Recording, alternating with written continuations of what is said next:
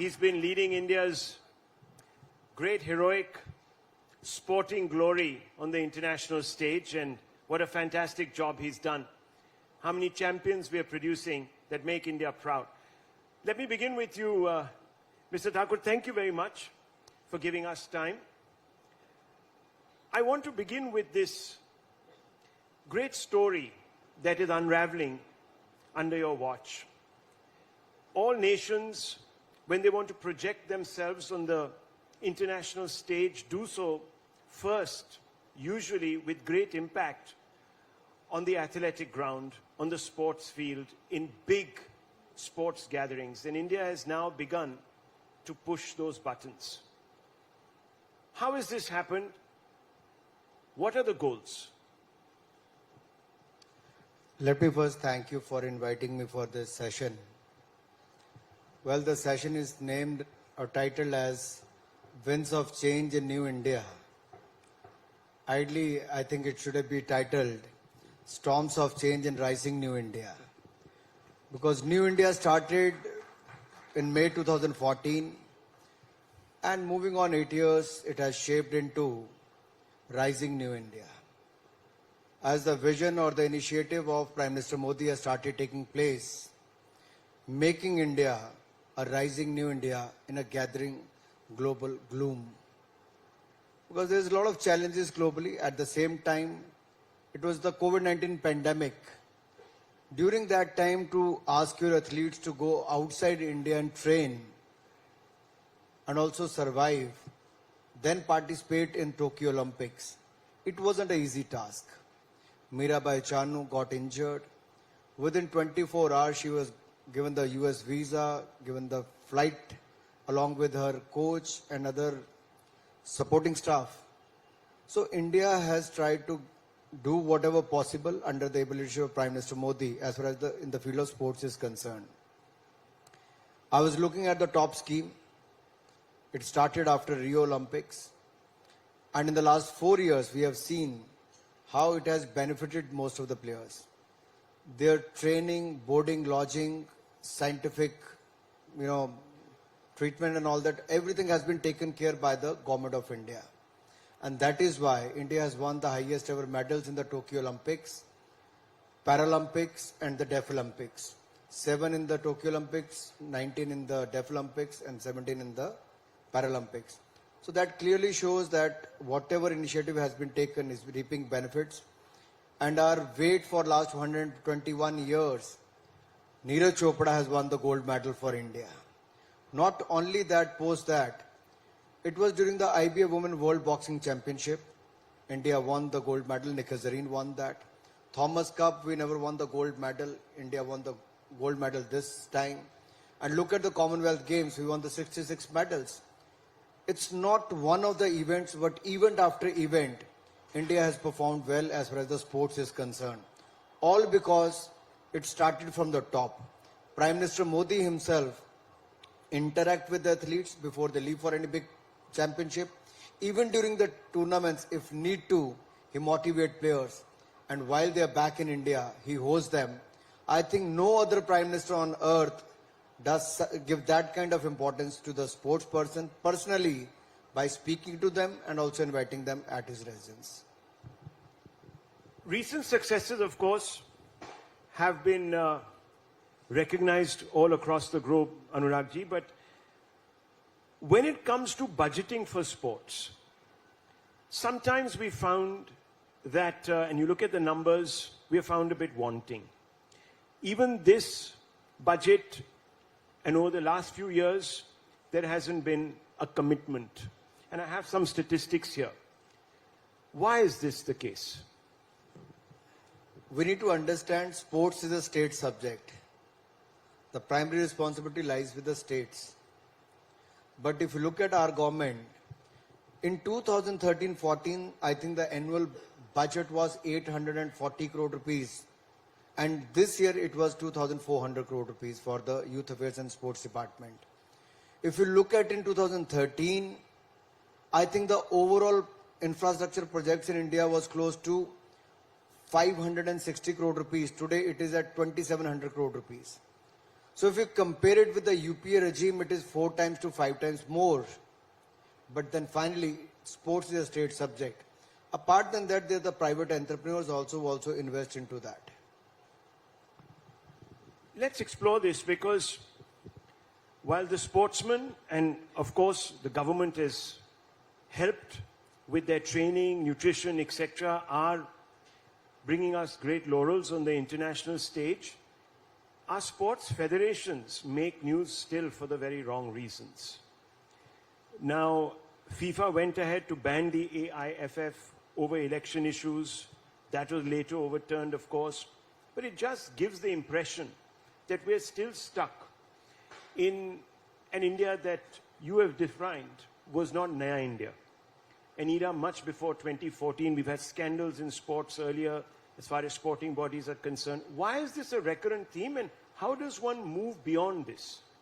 You know, if you look at the International Olympic Committee, the Olympic Charter says that the sports bodies has to be autonomous. There shouldn't be any government interference. So we don't directly interfere into the day-to-day affairs of the sports bodies. They elect their office bearers, they elect their members, and they run on their own. We have a National Sports Development Code which they follow.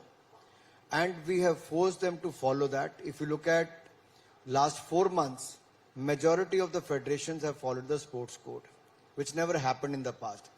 As far as FIFA banning or suspending the All India Football Federation is concerned, there's no role of the government. You know, the court appointed a committee of administrators who was supposed to hold the elections about 5 years back. They didn't do anything. That committee sat on the issue for good 4 years. When it took over as a minister, we approached the court that the election should be held at the earliest. It is the government of India who went to the court.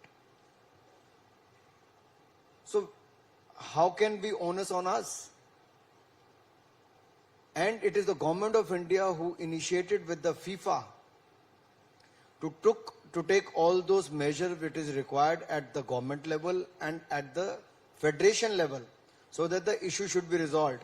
And I'm glad to say, in the minimum time, we have resolved the issue, and India has also hosted one of the most popular tournament, which is among the younger generation, is the Under-17 Women Football World Championship in Bhubaneswar, Goa and Mumbai. We did that. The suspension was revoked, new committee is elected, and they've hosted the tournament. It is one of the most successful tournaments as far as FIFA is concerned. The problem begins, many people say, is with politicians who think that sporting federations are their personal fiefs, and they end up turning them into little mini political akhadas. Do you think the time has come now to liberate these sporting federations from administrators who also double up as professional politicians? मुझे लगता है राहुल जी, आपको इसको दूसरे नजरिए से देखना होगा. पहली बात तो, अगर एक पॉलिटिशियन या एक ब्यूरोक्रेट अगर पूरे देश के किसी भी डिपार्टमेंट को चला सकता तो खेल को भी चला सकता, उसमें कोई रुकावट नहीं होनी चाहिए. लेकिन क्या कोई कब्जा करके बैठा है? आपका मुझे लगता है ध्यान उस तरफ है. अब मान लीजिए all India football federation, Kalyan Choubey is a former football player. Now he is also elected representative MLA as well. So do you think he should be barred for contesting election? Roger Binney is heading the BCCI today. At one stage I was heading it. But when I took over the Himachal Pradesh Cricket Association president, I was not an elected representative in the year 2000. But do you think when I became MP I should have resigned out of that? मुझे लगता है case to case देखना चाहिए. क्या आपके आने से फायदा हुआ? अरुण जेटली जी डीडीसीए के अध्यक्ष बने तो दिल्ली में कभी स्टेडियम नहीं था, एक सुंदर स्टेडियम बना के दिया. पवार साहब बने तो उन्होंने मुंबई में स्टेडियम बनाया. आईएस बिंद्रा ब्यूरोक्रेट बने तो मोहाली स्टेडियम बनाया. मैं पॉलिटिशियन नहीं था, लेकिन मैंने अपनी 26 साल की उम्र में दुनिया का सबसे खूबसूरत स्टेडियम बगैर सरकार के खर्चे के धर्मशाला में बना कर दिया. तो डिपेंड करता है कौन क्या करता है. लेकिन एक पूरी तरह से आप कहो कि पॉलिटिशियंस को नहीं आना चाहिए, तो उससे शायद मैं सहमत ना रहूं. अनुराग जी, आप फ्रैंक हैं, इसीलिए आपने एक अपना रिस्पांस दिया है एंड वन वेलकम्स दैट, स्वागत करते हैं। आपसे मैं एक सवाल पूछना चाहता हूं। अब थोड़ा हम पॉलिटिशियंस की बात कर रहे हैं तो राजनीति की भी बात कर ही लेते हैं। आप हिमाचल से हैं, वहां पर इलेक्शंस हुए हैं, वहां पर बीजेपी का आपको क्या लगता है, व्हाट इज द आउटकम? जो उत्तर प्रदेश, उत्तराखंड, मणिपुर, गोवा में हुआ, वहां फिर भाजपा की सरकार बनी और हिमाचल और गुजरात में भी फिर भाजपा की ही सरकार बनेगी, क्योंकि अच्छा काम जो डबल इंजन की सरकार ने किया है, हिमाचल प्रदेश का विकास हुआ है, राज्य की सरकार ने बहुत शानदार काम किया, इसलिए वहां पर वापस भाजपा की सरकार बनी। विपक्ष बोलता है कि कई स्कीम्स थी जो एल्डरलीज के लिए थी, वो स्क्रैप की गई, पुल बैक की गई, इसकी वजह से, और because of anti incumbency problems आपको फेस करने पड़े हैं। आपकी खुद की पार्टी में लोग एक किस्म से यूनाइटेड नहीं थे। आम आदमी पार्टी भी मैदान में है। कई लोग कह रहे हैं कि ये चुनाव पहले जैसा चुनाव नहीं है और हिमाचल में एक किस्म से एक सभ्यता रही है कि भाई एक सरकार एक समय आती है, फिर वो बदल जाती है, तो वो ही कंटिन्यू होगा, बदलेगा कुछ नहीं। पता नहीं किसी भी चर्चा में आप एक पार्टी का नाम लेते हो, किस पार्टी का? जिसका आपने भी लिया, आम आदमी पार्टी का। वो मीडिया की चर्चा में तो रहती है, लेकिन जनता वोट नहीं देती है। नहीं, पंजाब में तो जीते थे, नहीं, दिल्ली में जीते थे। उत्तर प्रदेश का मैं सह प्रभारी था चुनाव का। 403 सीटों पे अगर आम आदमी पार्टी चुनाव लड़ी तो कहीं जीतना तो दूर की बात, सब जगह जमानत जब्त होने का काम हुआ है। उत्तर प्रदेश के अलावा वो उत्तराखंड में कहते सरकार बनाएंगे, एक सीट उनके हाथ नहीं लगी है। मणिपुर, गोवा दूर की बात छोड़ दीजिए। और हिमाचल प्रदेश में तो 4 महीने पहले अपनी दुकान बंद करके केजरीवाल जी चले गए, चुनाव में आए नहीं। तो उनके जीतने तो दूर दूर की बात है, अगर खाता भी खुल जाए तो बहुत बड़ी बात होगी। दूर दूर तो कोई आसार नहीं कि उनका खाता खुल पाएगा। और आम आदमी पार्टी का गवर्नेंस मॉडल तो देखिए। पंजाब के स्वास्थ्य मंत्री को 2 महीने में इस्तीफा देना पड़ा भ्रष्टाचार करके। दिल्ली का स्वास्थ्य मंत्री 6 महीने से जेल में है। और इनका जेल का मॉडल भी देख लीजिए, बीच में मसाज भी मिलती है, मौज भी करने को मिलती है, 5 स्टार का खाना भी मिलता है, मिनरल वाटर भी मिलता है, और न जाने और कितने वीडियो बाहर आएंगे अंदर क्या क्या चलता है। अभी तो प्रतिबंध शायद वीडियो दिखाने पे लग गया होगा जो लीक हुए। और इनके मुख्यमंत्री एक और कॉन्वेंट, जिसके लिए सुकेश की बात कर रहा हूं, जिसको जेल में सुविधाएं देने के लिए करोड़ों रुपए घूस खाई जाती है, ऐसा मुख्यमंत्री के दिल्ली में रहना चाहिए? जो सर्टिफिकेट अपने स्वास्थ्य मंत्री को देता है ईमानदारी का। इसके साथ साथ पंजाब में 3 महीने में 70 लोगों की हत्याएं होंगी, गैंग वॉर चल रही है। दिल्ली का शिक्षा मंत्री शराब घोटाले में मुख्य आरोपी नंबर 1 है। मोहल्ला क्लिनिक के अंदर और बाहर जानवर घूम रहे होते हैं, डॉक्टर तो दूर की बात है। आखिरकार इस मॉडल को गुजरात कहां एक्सेप्ट करेगा, हिमाचल कहां एक्सेप्ट करेगा?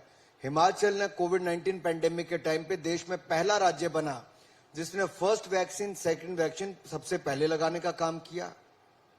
केंद्र ने आयुष्मान भारत योजना लाई तो हमने हिमकेयर साथ में चला के हर किसी को 5 लाख का इलाज मुफ्त में दिया। अगर केंद्र ने उज्ज्वला योजना से रसोई गैस का सिलेंडर दिया, हमने राज्य में मुख्यमंत्री गृहिणी योजना लाके हर महिला को रसोई गैस का सिलेंडर और चूल्हा भी साथ में दिया। सो कहीं लकड़ी का चूल्हा नहीं जलता है, हर जगह गैस उपलब्ध करवाई है। हर घर को नल से जल देने का काम किया है। तो जहां एक और डेवलपमेंट के मॉडल हमारे पास हैं, और गुजरात का मॉडल तो आज देश अपनाता है, मगर हर आम सेक्टर आदमी में पार्टी अपनाता है। दिल्ली मॉडल की बात करती है और वो पंजाब में उन्होंने उस पर अपना कैंपेन काफी फोकस किया था और उनको वहां पर नतीजे भी मिले हैं, आप जानते हैं। वो कहती है नतीजा यही है कि चुनाव होने के बाद राहुल जी 2 महीने के अंदर मुख्यमंत्री की सीट पर बाई इलेक्शन लोकसभा का हुआ, वो हार गए। ये तो है नतीजा, जनता ने बता दिया 2 महीने में कितनी खुश थी।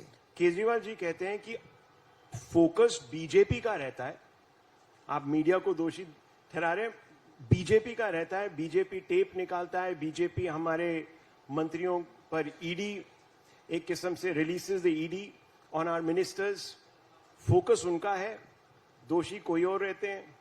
तो मुझे आप समझाइए, केजरीवाल जी जो कह रहे हैं कि भाई ईडी हर चुनाव के पहले सडनली एक्टिव हो जाती है। मैं चाहता हूं कि आप केजरीवाल जी के सारे पुराने वीडियो निकालिए, कब कब उन्होंने आरोप लगाए और कितनी बार माफी मांगी। यू टर्न लगाने वाला व्यक्ति है जी, जिसकी राजनीति की शुरुआती झूठ से हुई हो, जो करप्शन के अगेंस्ट कैंपेन चलाकर कहता हो नहीं नहीं मैंने तो राजनीति में नहीं आना है, लेकिन चंद महीनों के बाद राजनीति में आता है। बेटियों की कसम खाता है मैं राजनीति में नहीं आऊंगा, फिर कहते हैं मैं बड़ी गाड़ी नहीं लूंगा, मैं सुरक्षा नहीं लूंगा, मैं बड़ा बंगला नहीं लूंगा। बंगला भी लिया, 25 करोड़ का स्विमिंग पूल भी बनाया, सुरक्षा एक राज्य से नहीं 2 राज्यों से सुरक्षा भी ली है। और एक के बाद घोटाला उनके एक के बाद दूसरा मंत्री करता है। एक ऐसा मुख्यमंत्री जिसके पास एक भी डिपार्टमेंट 8 साल में अपने पास नहीं है और एक भी फाइल आज तक साइन नहीं की।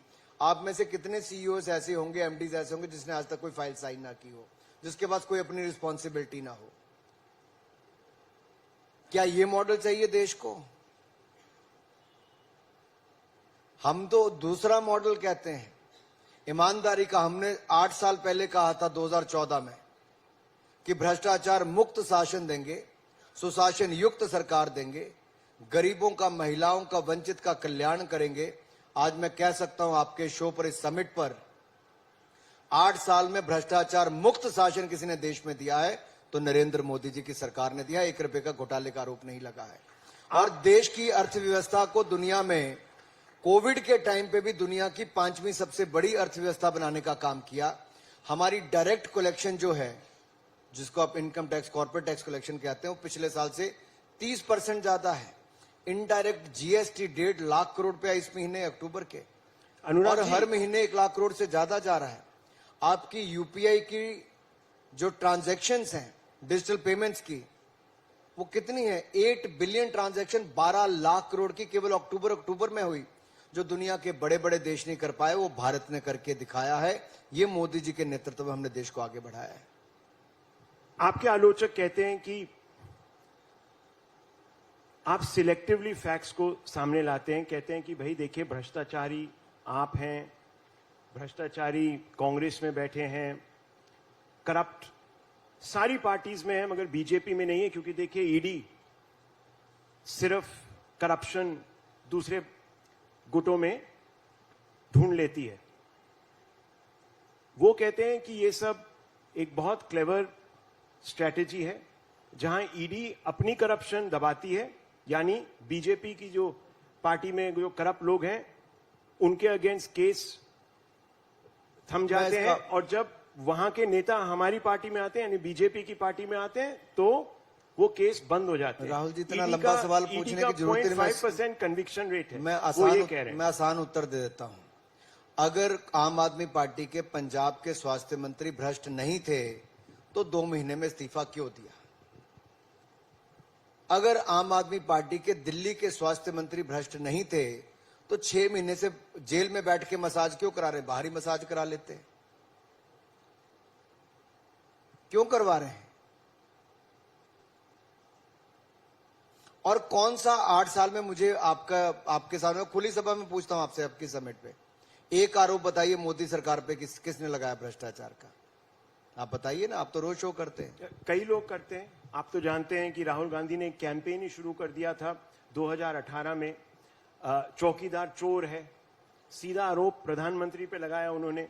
कहने की बात यह है कि बोला काफी जाता है, बोलते हैं जैसे बंगाल में बोलते हैं कि वहां पर जो करप्ट लीडर्स थे जिनके खिलाफ सीबीआई और ईडी इन्वेस्टिगेट कर रही थी, जब वो टीएमसी में थे, जब बीजेपी में आ गए तो धुल गए वो। मैं धन्यवादी हूं, आपने याद करवाया।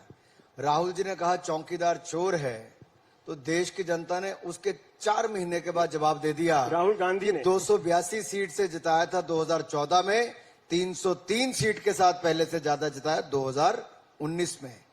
तो लोकतंत्र में लोग जवाब देते हैं, तो उन्होंने दे दिया। केवल कहने से चौकीदार चोर नहीं होता है जी। और अगर आप ये कहेंगे जिन्होंने भ्रष्टाचार किया उनके खिलाफ ईडी कार्रवाई ना करे, तो हम तो 2014 में कहकर आए थे कि भ्रष्टाचारियों के खिलाफ कड़ी कार्रवाई करेंगे। आज स्वतंत्र जांच एजेंसियां, इंडिपेंडेंट एजेंसी जो है, प्रोब एजेंसीज, अपना काम कर रही हैं। इस पे किसी को होना नहीं। और राहुल गांधी जी जो यात्रा चला रहे हैं, उस यात्रा में कौन चल रहा है? राहुल जी कहने के लिए भारत जोड़ो यात्रा है, लेकिन जो टुकड़े टुकड़े करने के भारत के सपने देखते हैं, जो पोस्टर चिपकाते हैं country without a post office, एक ऐसा देश जिसका नामो निशान मिट जाए, वो उस यात्रा का हिस्सा होते हैं। जो देश के विकास में एनजीओ के माध्यम से चल के अवरोध पैदा करते हैं और बार बार विकास का विरोध करते हैं, क्या वो लोग भारत को जोड़ेंगे? भारत को जो लोग केवल कुछ राज्यों का समूह मानते थे, क्या वो लोग भारत जोड़ो यात्रा चलाएंगे? मोदी जी ने तो भारत छोड़िए, दुनिया को एक करने की बात कही है। वसुधैव कुटुंबकम, वन वर्ल्ड वन फैमिली, और one world one family one grid, यहां तक भी बात की। इंटरनेशनल सोलर अलायंस की बात हो, कॉप 21, कॉप 26 में ग्लोबल लीडरशिप देने की बात हो। आज दुनिया के बड़े बड़े मंचों पर भारत को बुलाया जाता है और भारत वहां नेतृत्व देने का काम करता है। और आजादी के 75वें साल में अगर G20 की प्रेसिडेंसी भी किसी को मिली है, तो हमारे भारत को सम्मान वो मिला है इस साल G20 की प्रेसिडेंसी का। आपने भारत जोड़ो यात्रा की जिक्र की और बोलो कि वहां पर भारत तोड़ो जो समुदाय है वो राहुल गांधी के साथ चल रहा है। कई लोग ये भी कहते हैं कि भारतीय जनता पार्टी में ऐसे नेता हैं जो ऐसे बयान करते हैं, they make statements which are highly divisive, polarising, और कई एग्जांपल्स हैं। वो क्या कर रहे हैं? बयान देते हैं कि जो तोड़ने वाले उनको साथ में लेके चलते हैं? नहीं, बयान देते हैं। आप खुद ही जानते हैं कि कुछ महीने पहले एक भारतीय जनता पार्टी की प्रवक्ता थी, एक और शख्स थे, उनको पार्टी से बर्खास्त किया गया था, केसेस भी लगे हुए हैं। उससे पहले कोई और भी नेता हैं, नाम आप जानते हैं, दिल्ली के कोर्ट कई कार्रवाई नेता भी हैं। करता है, उसके ऊपर कोर्ट में केसेस भी चल रहे होंगे, बहुत सारे सब जुडिस भी होंगे, वहां पे कार्रवाई भी होती है। कई इलेक्शन कमीशन कार्रवाई करता है। लेकिन जो खुले में देश को टुकड़े टुकड़े करने के नारे लगाते हैं, बैनर लगाते हैं, पोस्टर चिपकाते हैं, सोच ऐसी रखते हैं, जिनके साथ आप कभी दूर तक का अपना संबंध नहीं बताते थे, आज अपनी पार्टी में शामिल करके भारत जोड़ो यात्रा पर निकल जाते हो। देखिए, कुछ लोगों के लिए लॉन्च पैड रहे अपने नेता को लॉन्च करने का या रीलॉन्च करने का। आज भारत में प्राइवेट एंटरप्रेन्योर को भी रॉकेट लॉन्च करना हो, सैटेलाइट लॉन्च करना, जो कल तक सोच नहीं सकते थे, आज भारत में वो भी संभव करवा कर दिखाया, तो मोदी सरकार ने करवाया है। जब से कुछ हफ्ते पहले इसी देश में, पहले स्पेस सेक्टर तो खुला नहीं था, अब खुला तो उसका फर्क देखने को मिलता है। डिफेंस मैन्युफैक्चरिंग खुली नहीं थी, तो उसमें आपको बदलाव दिखता है कि कैसे एयरक्राफ्ट भी बनते हैं और कैसे अब जो बाकी डिफेंस इक्विपमेंट है वो 300 से ज्यादा आइटम्स हिंदुस्तान में बन रही है। अब हम आयात पर निर्भर नहीं है, निर्यात करने की दिशा में भी आगे बढ़े हैं। आप कंट्री की इमेज की बात कर रहे हैं इंटरनेशनली। कई लोग कहते हैं कि हमारी इमेज पर धब्बे लगने शुरू हुए हैं। फ्रीडम इंडेक्स फॉर एग्जांपल, उस पे जो हमारा दर्जा है वो कम होते दिख रहा है। आपकी सरकार से जो प्राइम मिनिस्टर के इकोनॉमिक एडवाइजर हैं सान्याल साहब, उन्होंने एक आर्टिकल भी लिखा है कुछ दिन पहले, जहां पर उन्होंने मेथोडोलॉजी को चैलेंज किया, फ्रीडम हाउस मेथोडोलॉजी की। मगर कई अंतर्राष्ट्रीय जर्नलिस्ट भी हैं, एनालिस्ट भी हैं, एकेडमिक्स भी हैं, बुद्धिजीवी जिनको कहा जाता है, वो भी हैं, कहते हैं कि भाई भारत में आज की डेट में इतनी नफरत की आग फैली हुई है कि यहां पर स्थिरता पर अब असर पड़ने लगा है। You are in the INB ministry, sir. Quite often, the job of communicating the government's position and fighting some of these fires that are lit internationally comes to you. How do you respond to this criticism? New York Times, Washington Post, several international magazines, the Time magazine, constantly talk about this image problem. Is it a challenge? Is it propaganda? Is it a concoction? If so, why? देखिए, दो पहलू हैं इसके। पहला तो ये आता है इसका कि मेथोडोलॉजी पर ही सवाल खड़ा होता है और उस संस्था पर भी प्रश्न चिन्ह खड़ा होता है कि उसकी फंडिंग कौन करता है, कौन लोग हैं, मेथोडोलॉजी क्या की गई। आपसे किसी ने आके पूछा इस पे कि नहीं पूछा? क्या टाइम्स ग्रुप से भी बात हुई, किसी और चैनल से पूछा गया? किनसे बात देश में करके गए? पहली बात तो वहां पे आके सवाल खड़ा होता है।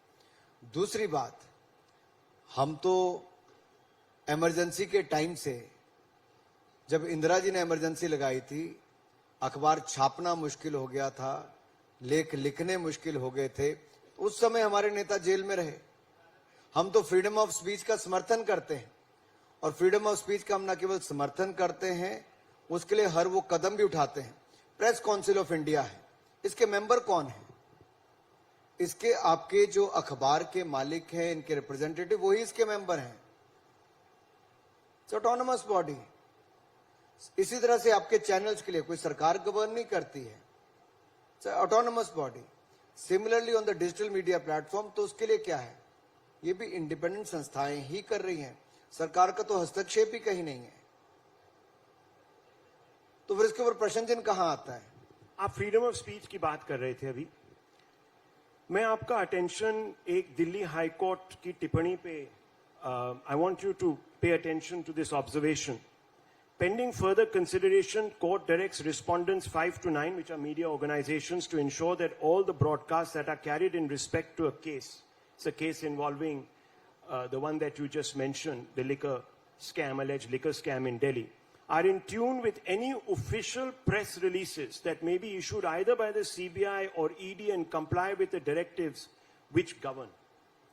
Now, sir, source-based news is the lifeblood of journalism. If you didn't have source-based news, you wouldn't be able to do any stories. People who might be genuine whistleblowers may not be able to give you this information in public interest, which we would carry. Do you think, sir, that the INB ministry should impede itself in this matter and challenge the court on this observation? आपने विषय मेरे ध्यान में लाया है। सभी stake holder से बात करके जो भी उचित कार्रवाई करनी होगी करेंगे। लेकिन कुल मिलाकर यह है कि अगर लोकतंत्र का चौथा स्तंभ मीडिया को कहा जाता है, तो मीडिया की वो जिम्मेदारी बनती ही है। सोर्स बेस्ड इंफॉर्मेशन होगी, पुख्ता आपके पास जानकारी होगी, तो आप निश्चित तौर पर सवालिया निशान खड़ा भी करेंगे। और पहले भी करते रहे, कोई पहली बार तो हुआ नहीं है, पहले भी करते रहे। और उसमें मुझे लगता नहीं पहले किसी ने आपत्ति किया। कोर्ट ने अगर उसमें कुछ इंटरवीन किया है तो निश्चित तौर पर स्टेक होल्डर से बात करके आगे निर्णय करेंगे। Last 2 questions. According to the new guidelines, at least 30 minutes a day are to be given to telecast content on private channels pertaining to, quote, public service and national interest, unquote. क्या इसकी जरूरत है? Or secondly, should the government be telling private channels what kind of content they should be running? नहीं, corporate social responsibility के नाते as a nation और आपको एक मीडिया के नाते 30 मिनट आपको तय करना है कब कब आप चला सकते हैं।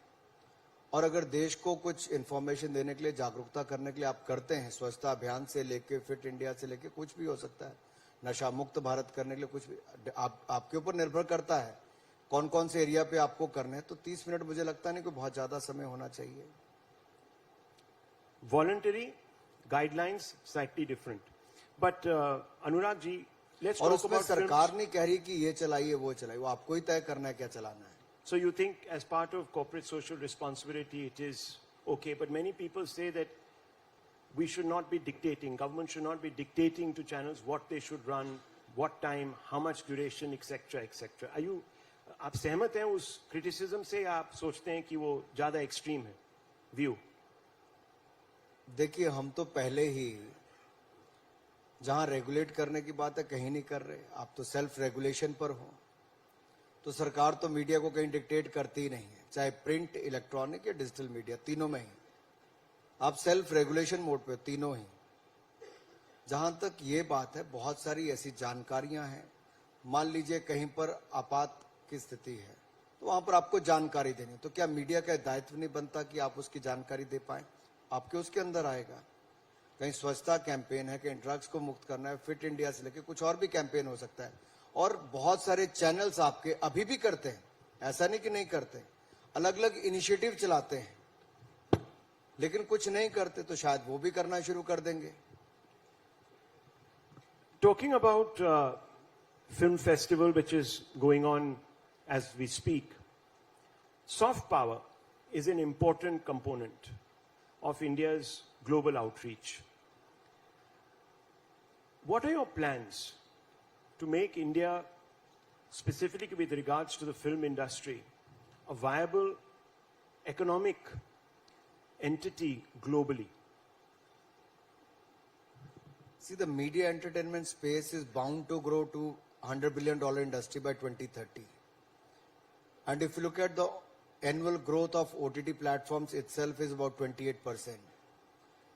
I see India has a great opportunity in front of them, that whether it is for the film shooting or co-production or post-production, we have the right talent among us and we can have the global business in India.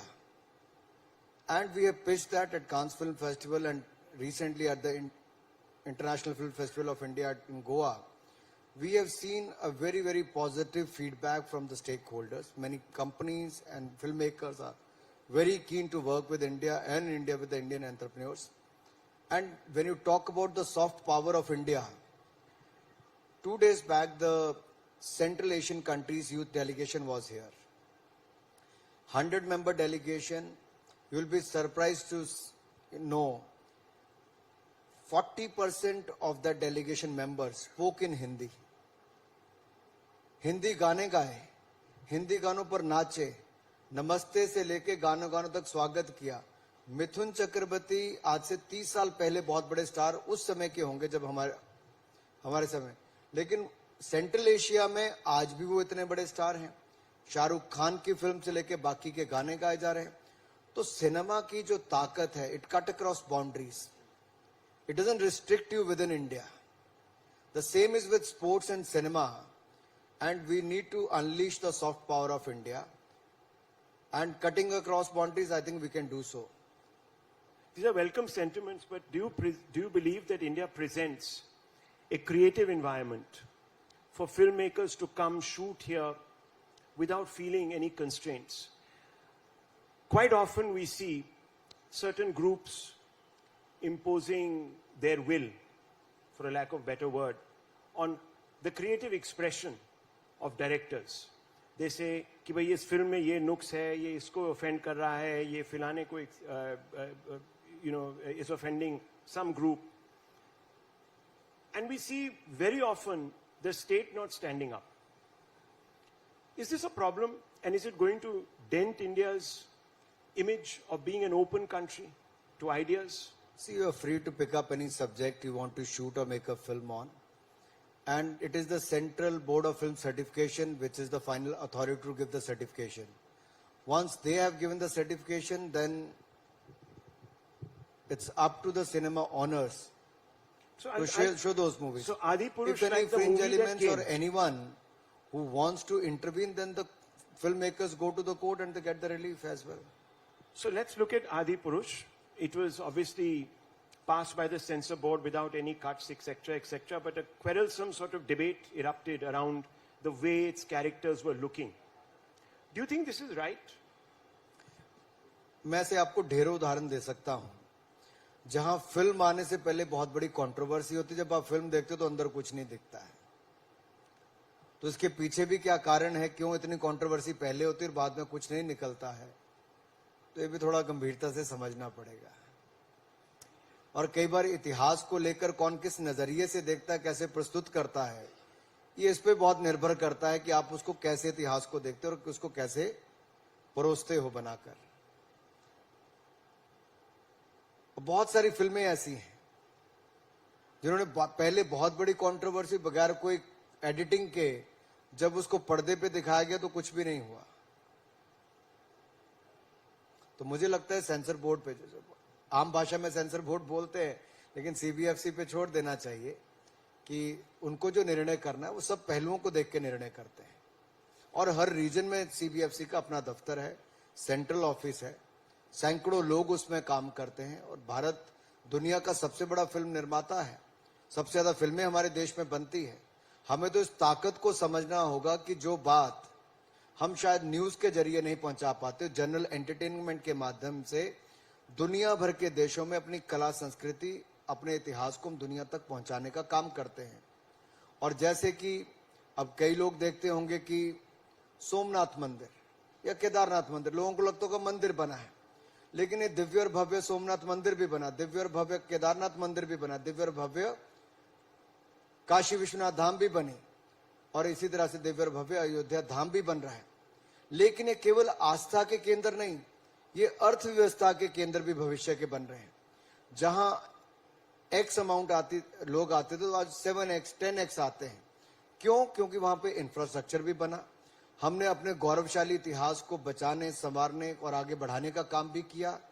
और यही नहीं, Buddha circuit से लेके हेमकुंड साहब तक ropeway बनाने की बात हो, करतारपुर कॉरिडोर खोलने की बात हो, जो 75 साल में कोई नहीं कर पाया था, नरेंद्र मोदी जी के समय कम से कम इतना तो हुआ कि आजादी के अमृत महोत्सव भी हम मना रहे हैं और अपने गौरवशाली इतिहास पर गर्व भी कर रहे हैं और दुनिया को वहां पर लाने के लिए आकर्षित भी कर रहे हैं। Important message going out from the INB minister on the importance of leaving it to the certification board to determine the desirability of a narrative, etc. Thank you very much, Thank you, Anurag ji. Rahul ji. Thank you very much.